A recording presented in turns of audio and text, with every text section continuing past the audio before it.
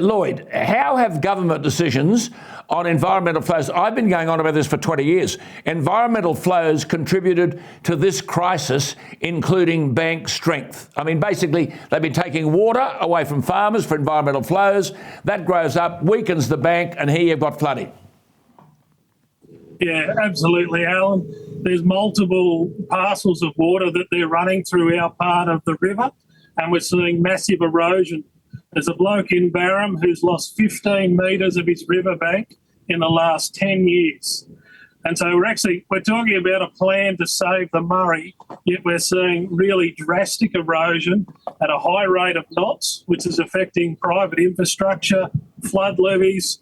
It's actually killing habitats and burrows and things for platypus, kingfishers. So there's a whole range of issues. Now, we've been documenting and showing the Murray-Darling Basin Authority the erosion, and they just continue to fail to take action. Absolutely nothing. Why wasn't the Hume Weir opened weeks ago, and that would have reduced part of this problem here? Yeah, so at the moment they're a little bit gun shy, I think, because in 2017, 2018, they got in trouble for running the river too hard and wasting water that should have went to irrigators.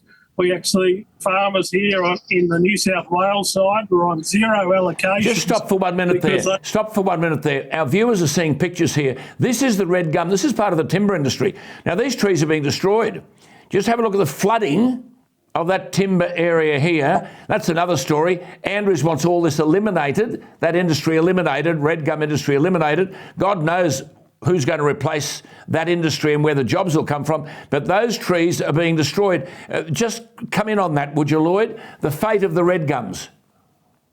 Yeah, red gums do enjoy being flooded, but every now and again, not under perpetual water. The other thing we're seeing with the forest, Alan, you mentioned Andrews trying to close native forestry.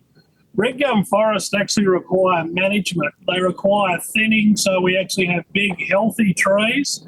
When there's two deaths, we get all these little saplings and they actually kill each other off. And we end up with a really high fuel load. We're more susceptible to bad bushfires and the forest deteriorates. But aren't we talking about, I mean, I'm not, but carbon dioxide being a problem? I mean, these forests absorb carbon dioxide, don't they? I mean, on one hand, they're arguing one case, and on the other hand, they're arguing another. Well, that's right, Alan. I mean, 100 metres behind us is the Arbuthnot sawmill. That's been going for 150 years. It is a sustainable industry that uses timber, that sequesters carbon, uses that for fence posts and furniture and flooring and decking. They are really sustainable industries. And, you know, if we are trying to sequester carbon and we do want jobs in rural areas and healthy forests, the timber industry actually manage it without having to pour extra money in. Absolutely. They have the reason.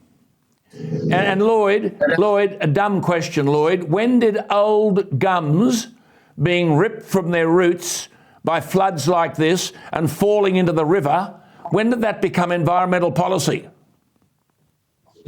That's right, Alan. We're seeing lots of things that don't make any sense to people on the ground within our community. When first explorers were here, they talked about the forest here being like park-like. They could actually gallop horses through them and get horses and gigs. And now we're seeing them getting really overgrown, and we actually need an active management, and forestry is a part of that.